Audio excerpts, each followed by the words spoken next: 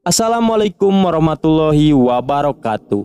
Kembali dengan gua Wahyu Firmansyah di channel Refocus yang akan kembali menyajikan alur cerita film kesukaan netizen, yaitu Baku Tumbuk, di mana film berjudul Unstoppable ini menceritakan tentang seorang pria mantan gangster, di mana istrinya diculik oleh mafia perdagangan manusia.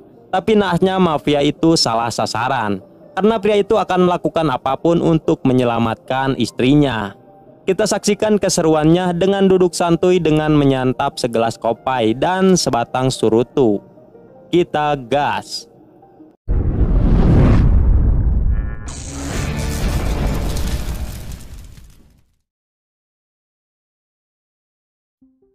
Film ini diawali dengan seorang pria bernama Dong Seol dan temannya Chon Sik yang bekerja sebagai jasa pengiriman ikan ke pedagang di pasar.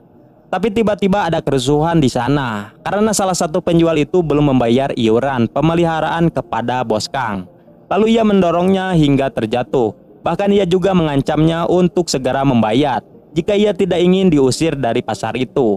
Dan ternyata bos Kang ini adalah bosnya Dong Seol. Chon Sik yang melihat itu langsung menggerutu karena gaji mereka juga belum dibayar oleh bos Kang. Tidak lama kemudian Dong Seol mendapatkan telepon dan mengajaknya untuk bertemu. Dan ternyata pria itu bernama Ketua Pak dan rekan bisnisnya Ahmad yang bermaksud ingin menawarkan sebuah bisnis investasi kepiting raja kepada Dong Seol.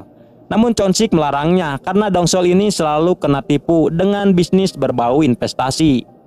Namun setelah melihat barangnya yang cukup mantap, ia dan Chon Sik menerima tawaran bisnis itu. Kemudian scene berpindah kepada seorang cewek yang bernama Jisoo. Ia terlihat sedang memberi makan aki-aki, dan ternyata cewek itu adalah istrinya Dong Seol yang bekerja di Pati Jompo. Tidak hanya itu, ia juga bekerja di sebuah kafe demi mendapatkan penghasilan tambahan. Karena saking sibuknya ia menyempatkan makan di dalam mobil ketika pulang bersama Dong Seol. Lalu Dong Seol menceritakan tentang investasi kepiting raja kepada istrinya. Namun Jisoo marah karena Dong Seol selalu menerima investasi yang ujungnya pasti kena tipu. Sehingga membuat Jisoo harus bekerja di dua tempat untuk membayar hutang-hutangnya Dong Seol.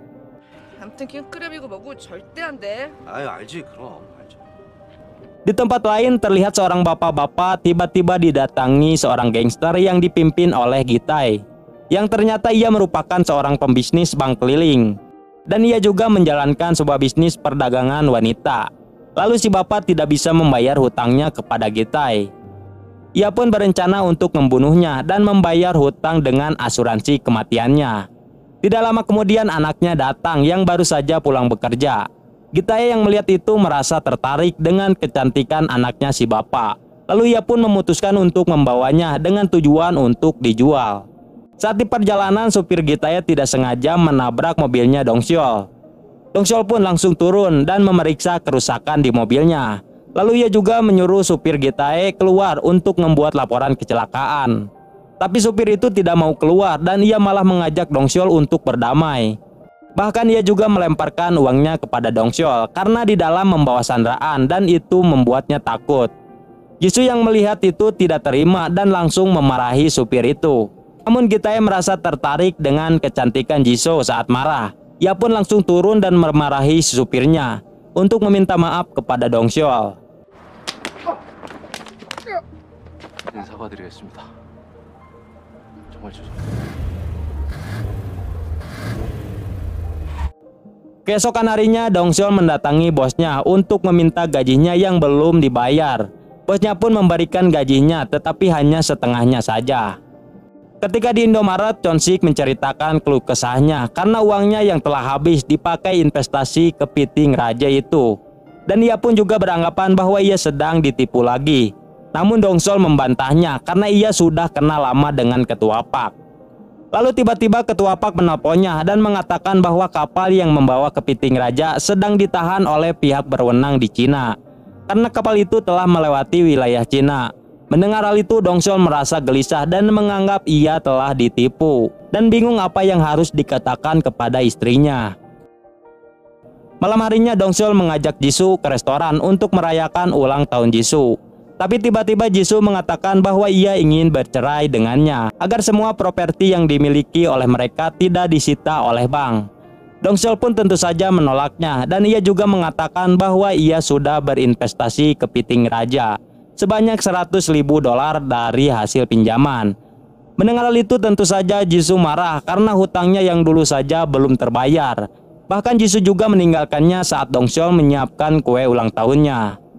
Namun ketika di rumah Jisoo merasa bersalah kepada Dongseol dan ia menyuruh Dongseol untuk segera pulang ke rumah. Ketika ia sedang menunggu suaminya pulang, tiba-tiba pria misterius datang dan menculik Jisoo.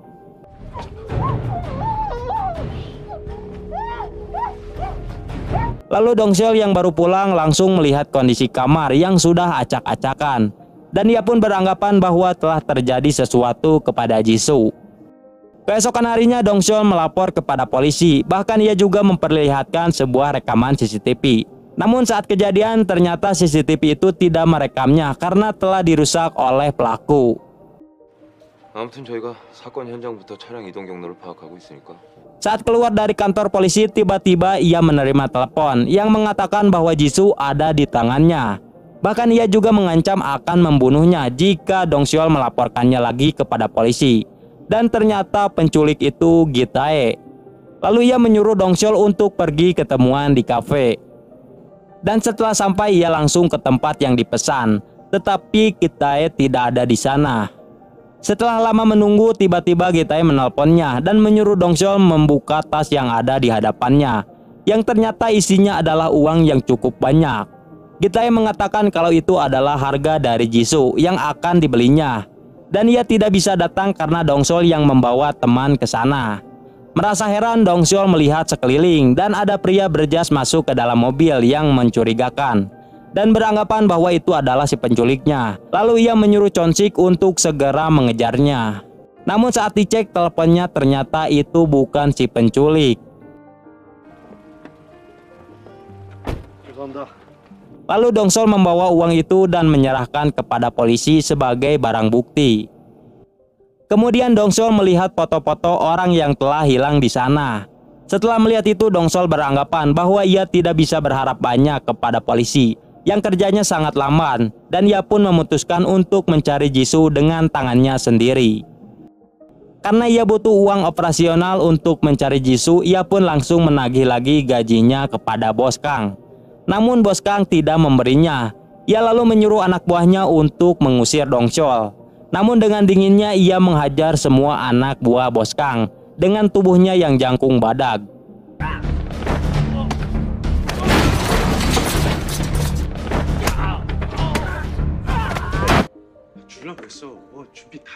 Hingga akhirnya Bos Kang pun terpaksa harus memberikan semua gajinya. Setelah mendapatkan uang, Dongseol dan Chon-sik pergi mendatangi seorang detektif yang bernama Bir. Lalu Bir pun mulai menjalankan tugasnya dan mencari informasi melalui CCTV kemarin yang diduga telah membawa tas yang berisi uang. Lalu ia melacak plat nomor mobil itu dan berhasil mendapatkan data bernama Choi Man-sik. Mereka pun langsung pergi ke sana. Setelah menginterogasinya, ternyata Choi Man-sik bukanlah pelakunya, karena mobil itu sudah ia jual di tempat judi. Lalu Dongseol pun pergi ke tempat judi dan menanyakan langsung kepada sang bandar. Namun bandar mencurigai bahwa Dongseol and the Gang adalah seorang detektif, dan ia pun langsung menyuruh anak buahnya untuk mengusirnya. Lalu Bir popolontongan dan menyuruh Dongseol dan Chon-sik untuk diam saja karena ia sendiri yang akan melawan mereka. Namun ternyata ia beban asu karena ia langsung habis ditenggelan. Melihat hal itu, Dongseol pun turun tangan dan membantai mereka sendirian.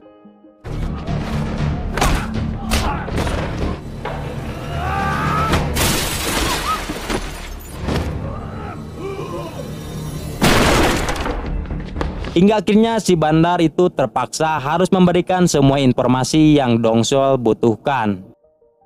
Ketika di perjalanan pulang, Bir terheran dengan kekuatan baku hantam Dongseol yang mengerikan dan menganggap kalau Dongseol bukan orang sembarangan. Dan ternyata benar setelah diberitahu oleh Chon-sik kalau Dongseol adalah seorang mantan gangster yang pernah membunuh seseorang dengan mata tertutup dan masuk berita. Mendengar hal itu, Bir mengatakan kalau si penculik telah mempermainkan orang yang salah. Setelah itu mereka langsung mencari informasi yang telah diberikan si bandar judi tadi di sebuah hotel. Namun ternyata itu sia-sia karena pemilik hotelnya sudah diganti. Kemudian Dongseol pergi ke kantor polisi setelah mendapatkan kabar kalau mereka menemukan jasad wanita yang ciri-cirinya mirip dengan Jisoo. Setelah Dongseol melihat foto-fotonya, ternyata itu bukanlah Jisoo, melainkan adalah korban penculikan yang telah hilang 2 tahun yang lalu. Keesokan harinya, Bir mendapatkan sebuah informasi bahwa dulu seorang pria yang bernama Asep dikabarkan menyerahkan diri kepada polisi karena telah menjual istrinya kepada Gitae. Lalu mereka pun langsung menginterogasi si Asep, dan ternyata ia menyesal karena telah menjual istrinya yang sedang sakit kepada Gitae demi sebuah uang. Lalu ia pun memberikan sebuah buku petunjuk kepada Dongseol. Tidak lama kemudian Asep melakukan bunuh diri dengan cara loncat dari atas gedung. Setelah itu Dongseol mendatangi alamat yang ada di buku itu, yang ternyata pria itu adalah supirnya Gitae yang kemarin polontong kepadanya.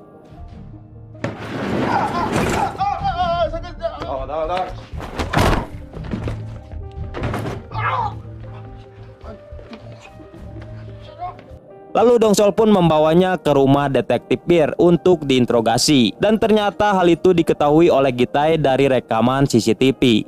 Lalu ia pun menelpon Dongseol dan mengancam bahwa ia akan membunuh Jisoo jika ia tidak membunuh supirnya itu karena dianggap telah berkhianat. Melihat Jisoo yang sudah dilelap-lelap, Dongseol pun langsung mengambil tali dan mencekik supirnya itu hingga terjatuh.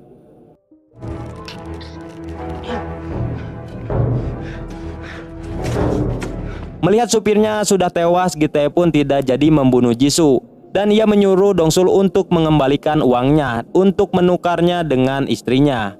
Setelah PC berakhir, Chonsik dan Bir panik karena Dongseol telah membunuh pria itu. Namun dengan santunya Dongseol menampar pria itu hingga sadar, yang ternyata ia hanya menekan urat nadi di lehernya yang membuatnya pingsan. Lalu pria itu pun memberitahu kota di mana Gitae selalu menculik wanita. Dan yang membuat bingung Dongseol adalah untuk mengambil uang yang telah disita oleh polisi untuk barang bukti. Namun mereka pun merencanakan sesuatu untuk mengambilnya kembali, dengan cara Chonsik dan Bir menyamar sebagai seorang jaksa, sedangkan Dongseol menunggu di luar. Namun rencana mereka itu tidak berjalan dengan lancar dan diketahui oleh polisi itu. Mengetahui penyamaran mereka telah dibongkar, Dongseol pun langsung meledakkan salah satu mobil polisi untuk mengalihkan perhatian. Hingga akhirnya mereka pun berhasil membawa tas itu kembali. Sedangkan di markas Gitae terlihat ia sedang memarahi anak buahnya karena telah menganiaya dagangannya yang cukup mahal. Lalu Dongseol menelponnya dan menanyakan tempat ketemuan untuk bertransaksi. Lalu Gitae menyuruh untuk datang saja ke markasnya. Dan ternyata Gitae berencana membunuh istrinya setelah berhasil mendapatkan uangnya kembali. Melihat kondisi sudah sepi, Jisoo dan temannya berniat melarikan diri melalui jendela. Tetapi hanya Jisoo saja yang berhasil melarikan diri dari sana. Karena keburu datang anak buahnya Gitae, ia pun langsung nyegat taksi dan menyuruhnya untuk diantar ke polisi.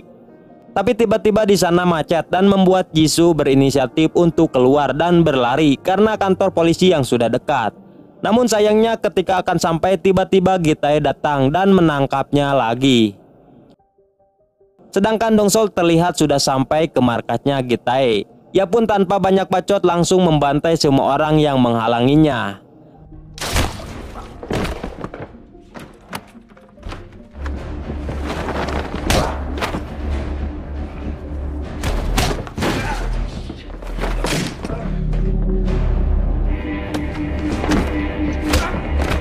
Sedangkan Chonsik dan Bir berada di luar mencoba membebaskan wanita yang akan dijual.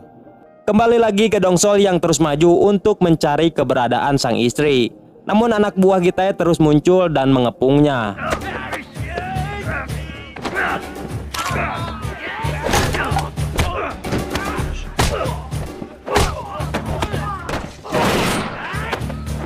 Namun karena Dongseol yang pro, semua anak buah Gitae bukan tandingannya dan membuat mereka tumbang. Hingga akhirnya datanglah orang yang terlihat lebih bulenek daripada Dongseol, yang membuat Dongseol terus dihajar.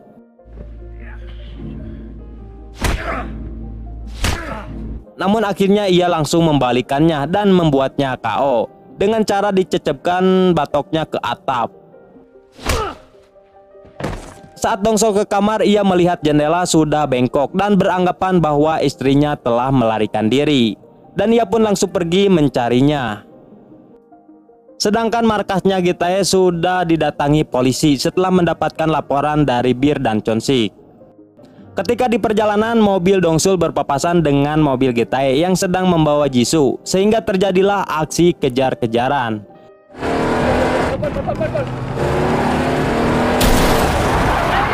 Di awal Dongsul menabrakkan ke mobilnya Gitae.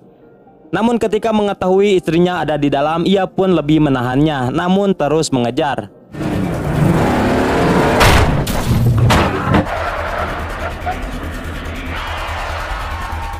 Hingga akhirnya mobil Gitae akan menabrak pembatas jalan. Namun Dongsul menahannya, yang membuat mobilnya langsung ngajeleng ke jurang.